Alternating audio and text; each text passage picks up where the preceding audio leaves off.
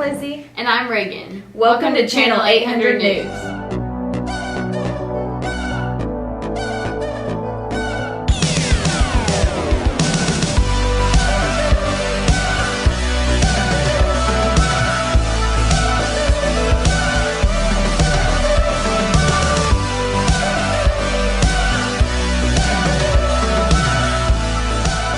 Here's a spotlight on this week's Sparty Awards.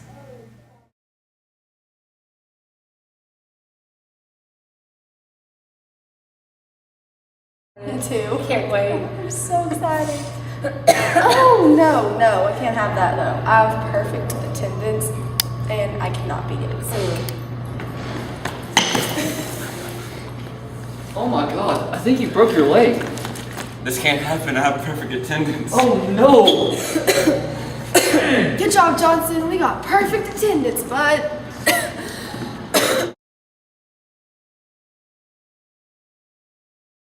Congratulations, Sparty Award winners! You guys are the best in your club, so you get a prize. Woohoo! Yeah! We've been lucky to have Mr. Gildy as a teacher here at South Warren, but unfortunately he'll be retiring after this year. Let's go to Ashley and Faith with the story.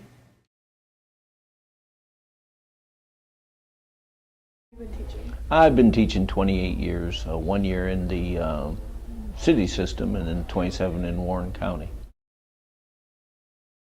The students as well as the teachers, you get into this profession because you like kids, and I still do enjoy teaching. I have a degree for my master's to be a principal, but I've never had any desire to do that because each class is unique and that keeps you on your toes and always changing and enjoying, the students as well as the different makeup of each class, which is really unique. That's been a little different, probably harder on the kids than it is me, for the simple fact is when you have to discipline them at school versus discipline them at home, it's no different when Gabe was in my class and I had to take his cell phone and people are going, I can't believe you did that. Those are the rules. And then when you get home, then not taking, school home and home environment to school has sometimes been a challenge. No single one thing, but all the things combined, the faculty members that you learn to know quite a bit about, as well as the students you have. I've been fortunate to teach all realms from collab classes to AP courses, and some people say AP is easy. It's just a different challenge. You're reading essays all the time. In collab classes I've had are some of the most memorable I've had because the kids really put in a good work ethic and they really tried, and hopefully all the classes I've had, they've left there learning something.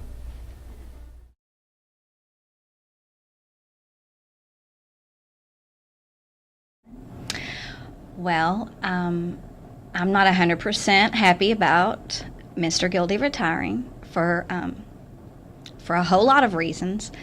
I wish he would wait one more year so our younger daughter could have him as a teacher, because Molly had him as a teacher twice, in fact, and our son Gabe had him this year as a freshman.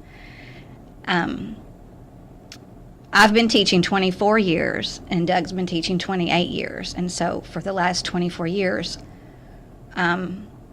we've gone to work together, and so that's going to be different. Well, with Mr. Gildy there's always memories. As you probably know, he's probably shared with you, he's taught in almost every high school in Warren County except for Warren East and Lighthouse. But he's been at Warren Central, at Greenwood here, and then he even taught at Bowling Green High. And there's a lot of funny stories from years coaching and teaching, funny things that he did and said. He's got a nickname for most everybody.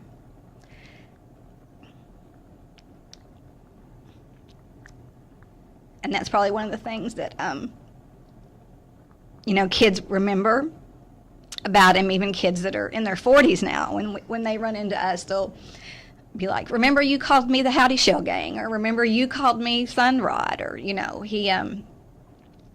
they remember that connection that he made with them. Most every day, he walks through that door to pick up whatever's on my desk to drink or eat. I'll miss that, even though that gets on my nerves sometimes. I guess he'll be hungry after he retires because he won't have anything to eat, and he'll be thirsty because he won't have anything to drink. But you know, it's going to be different, as you know, and as anybody watching this that's had him in class knows. He's a great teacher, and teaching was his first priority. And for some coaches, coaching is their first priority. So that's rare that he's always put education first. But I think that's what's made him a great coach, too, is that he's such a good teacher and he teaches the game.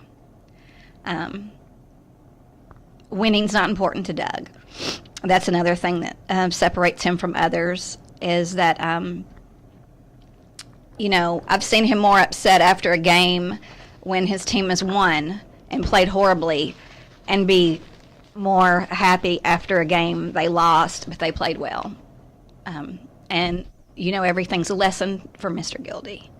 When you ask him a question, he never gives an answer. He gives you another question to make you think of the answer, and he does that even to me. And there are times I'll say, I'm not one of your students, I'm not one of our kids, you just tell me the answer. But he wants to make you think. So he's a quiet guy for the most part, but when he speaks, most people listen. And he's definitely going to be missed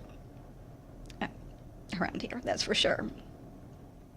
But he's going on to touch the lives of kids in Tennessee. So he understands sometimes the stresses of what I go through because he goes through the same thing, so that's a common ground. But, you know, there have been more than one time over the last several years that all the Gildys are under one roof. And when we were at Greenwood, we were all 5 there because our children were in Gatorland daycare. And we're all under this roof, even though Leah's at the middle school. 4 of the 5 of us are, you know, on the high school. And that's pretty unique to be a part of that. I don't know that our children feel that way, that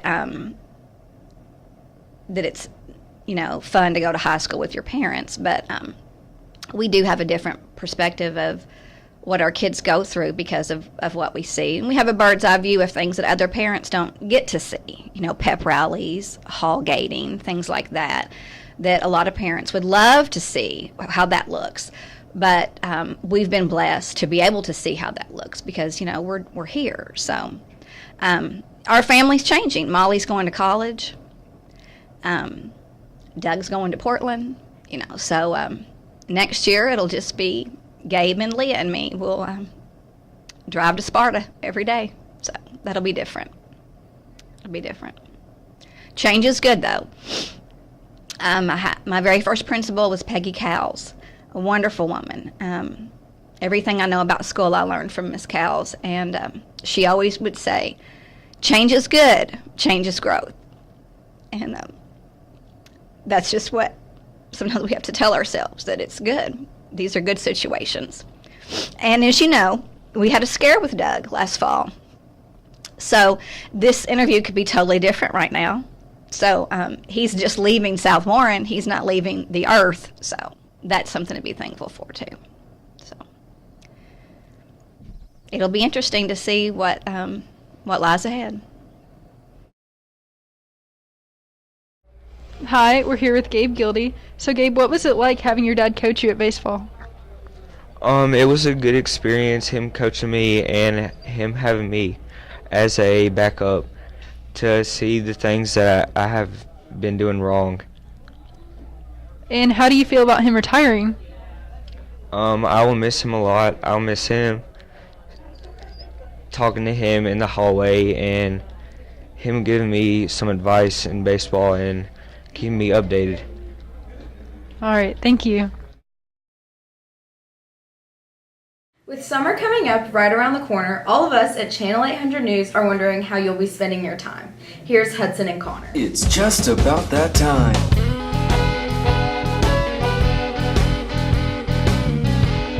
Oh, yeah.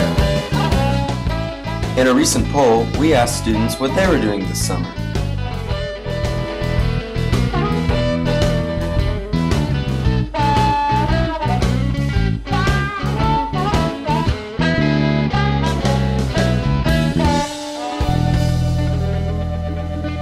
Now for some tips.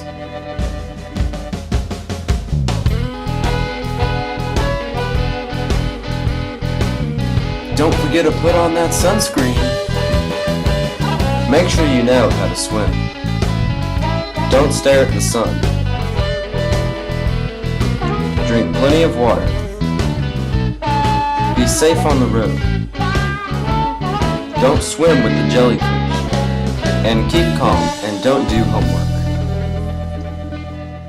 We're here with Andrew Gibbs, who's going to tell us a little bit about the regional track meet which took place on Tuesday. So Andrew, overall, how did the meet go? The meet went pretty well. The boys and the girls both got runner-up at regionals. The girls were expected to get third, and they, as Coach said, they exceeded the expectations and got second. The boys were supposed to get first, but due to a few things here and there, we ended up getting second. So, what's next for the teams? A few of the people from the guys team I know for sure is going to state, and maybe a few from the girls. I know of right now the 4x8 team, Ben Moore, both the Hoosiac boys, and then Brian Cummings are going to state. And we hope to do pretty well up there. Well, we wish you the best of luck. Thank you. If you got a letter in the mail saying you will be receiving an award, the award ceremony will be May 19th at 8:30. Don't forget to turn in any overdue library books or pay library fines. Senior fines must be paid by May 28th, and for everyone else, they must be paid by June 3rd. And don't forget that we don't have school Tuesday, May 20th. Spartans, this is our final news show of the year and possibly ever. However, we might have a news team next year if enough people apply, so make sure to turn in an application to the library if you're interested. Thanks for an awesome year, Spartans. We hope to continue the news show in the future. And have a great summer. Stay classy.